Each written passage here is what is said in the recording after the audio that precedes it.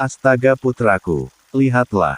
Ini masih pagi tapi dia sudah berduaan dengan kembang desa itu, gerutu Mamak yang sedari tadi mencari Luhut. Ternyata sang putra mahkota lagi asik pacaran di dekat peternakan ayam. Luhut, teriak Mamak memanggil lagi. Wanita tua itu sudah jalan tergesa-gesa menuju peternakan ayam di belakang rumahnya tempat putra dan calon menantu sedang memadu kasih. Mak, jangan teriak-teriak. Luhut juga dengar Mamak manggil, kata Luhut yang terganggu dengan suara cempreng Ibunda Ratu Alam Halu. Dengar apanya ha? Dari tadi Mamak sudah 100 kali memanggilmu. Mau menyuruh sarapan. Namun, ternyata kamu di sini menikmati sarapan buatan calon menantuku, ucap Mamak masih mengomel dengan suara lantang. Jika sudah seperti ini maka bisa dipastikan satu kampung dapat mendengar. Mak, ucap Naina tersenyum lembut selembut sutra menyapa sang calon mertua. Calon menantuku, tidak perlulah kamu memanjakan si Luhut sampai seperti ini, ucap Mamak pada Naina dengan suara yang cukup lembut berbeda pada waktu beberapa saat lalu saat memanggil putranya.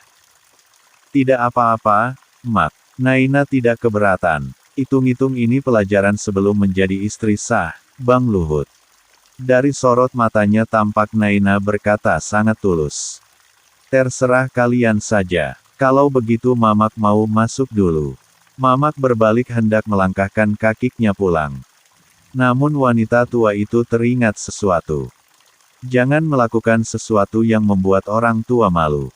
Mamak berkata sambil menatap tajam pada putranya. Kami tidak pernah melakukan apapun, Mak, kata Luhut santai karena memang ia tidak pernah macam-macam dengan Naina. Tidak pernah bibirmu jontor. Kamu kira Mamak tidak melihatmu mencium si Naina tadi ha? Kata Mamak tepat sasaran. Wanita tua yang awalnya ingin kembali ke rumah kini sudah berdiri tegak, berkacak pinggang dengan tatapan tajam menghadap putranya. Hanya kening. Tidak akan hamil, kata Luhut santai belum sadar akan raut murka Mamaknya. Cium kening memang tidak hamil tapi, kalau nafsumu menjalar bagaimana? Tanya Mamak.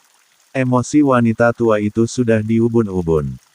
Tidak akan, Mak. Luhut dan Naina berjanji tidak akan melakukan sesuatu yang membuat orang tua malu, ucap Luhut tulus dari hati yang paling dalam membuat kadar merah dalam tubuh wanita tua itu menghilang.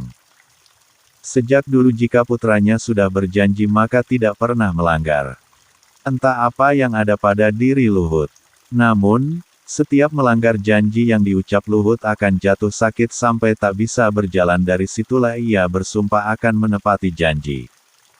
Naina, katakan pada orang tuamu bulan depan keluarga kami akan datang melamar.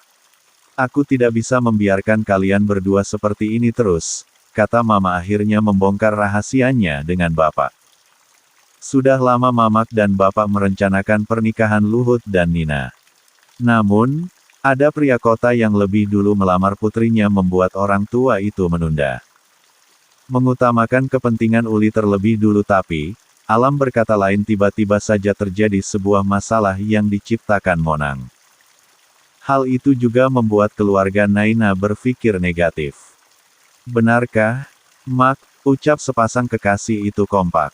Binar-binar kebahagiaan terlihat jelas di raut wajah mereka.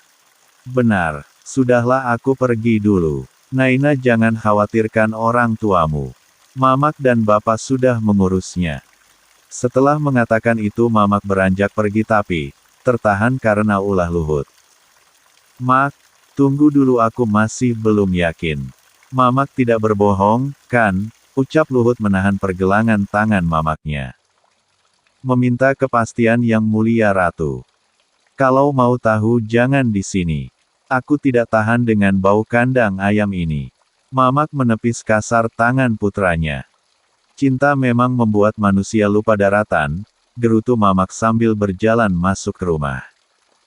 Sementara sepasang kekasih yang tidak pernah tidak dimabuk asmara itu hatinya tengah berbunga-bunga. Perkataan Mamak yang mengatakan bahwa bulan depan akan melamar Naina membuat keduanya berasa sedang terbang ke langit ketujuh. Perjalanan cinta Luhut dan Naina yang sudah hampir 10 tahun akhirnya akan segera melangkah ke jenjang pernikahan. Naina si cantik kembang desa takluk di hadapan sang preman kampung nan kaya raya Luhut Namaranggi. Uli masih betah berbaring di atas kasur. Air mata yang hanya keluar beberapa tetes itu terlihat sudah mengering. Matanya memandang jauh, memikirkan nasib yang membuatnya sampai seperti ini. Arya Wiraguna, suaminya, pria yang mengucapkan janji di hadapan Tuhan. Pria yang tidak ia kenal sama sekali, hanya karena kemiripan wajah dengan Monang serta takut akan murka warga kampung membuat laki-laki itu terjerat. Pernikahan macam apa ini? Segala surat-surat tertulis nama, Hamonangan Pemberani dan Uliana Ashara. Namun, yang mengucap janji di hadapan Tuhan adalah Arya Wiraguna, pria kota yang tidak tahu apa-apa. Bercerai. Tidak mungkin. Uli tidak mungkin bercerai dari Arya. Jika sampai hal itu terjadi maka ia tak bisa leluasa berkeliaran di kampung ini lagi. Lalu bagaimana nasib Arya? Untuk kedepannya biarlah Uli meminta maaf. Mematuhi aturan yang suaminya buat. Bila perlu dia akan ikut ke kota dengan status saudara jauh bukan istri. Bagaimanapun juga Arya adalah suami Uli di hadapan Tuhan sudah seharusnya ia mematuhi suaminya. Uli menatap pintu kamar mandi. Sekilas melirik jam yang berada di dinding kamar. Sudah jam 10 pagi, artinya Arya berada di ruangan lembab itu sudah hampir 1 jam lamanya. Mengkhawatirkan terjadi sesuatu dengan suaminya membuat Uli nekat menggedor pintu. Bang, panggil Uli berjalan ke arah pintu kamar mandi. Tok, tok, tok. Bang, teriak Uli memanggil lagi setelah tak mendapatkan jawaban dari suaminya. Apa? Jawab Arya dengan suara paru dari dalam. Kenapa lama sekali? Tanya Uli. Bukan urusanmu, teriak Arya. Mendengar ucapan Arya, sepertinya suami dari Uli itu baik-baik saja. Kekhawatiran Uli terlalu berlebihan. Entah apa yang dikhawatirkan Uli padahal Arya sudah besar.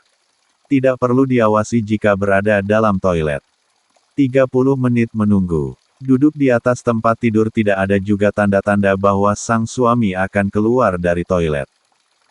Uli yang malas bertanya lagi terpaksa harus membaringkan tubuhnya lagi. Lelah menunggu membuatnya mengantuk. Baru saja Uli akan terbang ke alam mimpi tiba-tiba saja ia dikagetkan dengan terbukanya pintu kamar mandi. Hal yang sedari tadi dia tunggu-tunggu. Suaminya keluar dengan wajah begitu segar. Butiran air yang turun dari rambut basah menambah ketampanan. Dada bidang putih mulus terlihat begitu menggoda. Uli menggelengkan kepalanya kuat saat pikirannya mulai berkelana. Kenapa kamu? Tanya Arya yang melihat gelagat aneh sang istri. Tidak, jawab Uli cepat. Jika begitu menginginkan tubuhku ini seharusnya jangan menolak tadi, ucap Arya yang mengerti pemikiran istrinya. Uli tidak menjawab. Ia sudah berjanji pada dirinya sendiri bahwa dia akan menuruti perkataan suaminya agar pernikahan mereka langgeng. Bang, panggil Uli pelan. Apa? Tanya Arya sedikit membentak. Jangan bentak-bentak seperti itu. Aku sedang ingin bicara baik-baik, kata Uli memelas. Apa yang ingin kamu katakan? Tanya Arya luluh. Ayo ke Sungai Air Mata. Kita bicara baik-baik di sana. Kenapa tidak bicara di sini saja? Tidak apa-apa. Lagian dari kemarin abang mau melihat Sungai Air Mata, kan? Kalau gitu kita beli pancingan saja dulu. Kemarin bukannya sudah dibeli? Tanya Uli. Seingatnya semalam dia dan suaminya sudah pergi membeli alat pancing. Pancingan itu sudah patah, kata Arya. Bagaimana bisa? Tanya Uli mengernyitkan keningnya. Semalam aku letakkan di kursi sudut itu.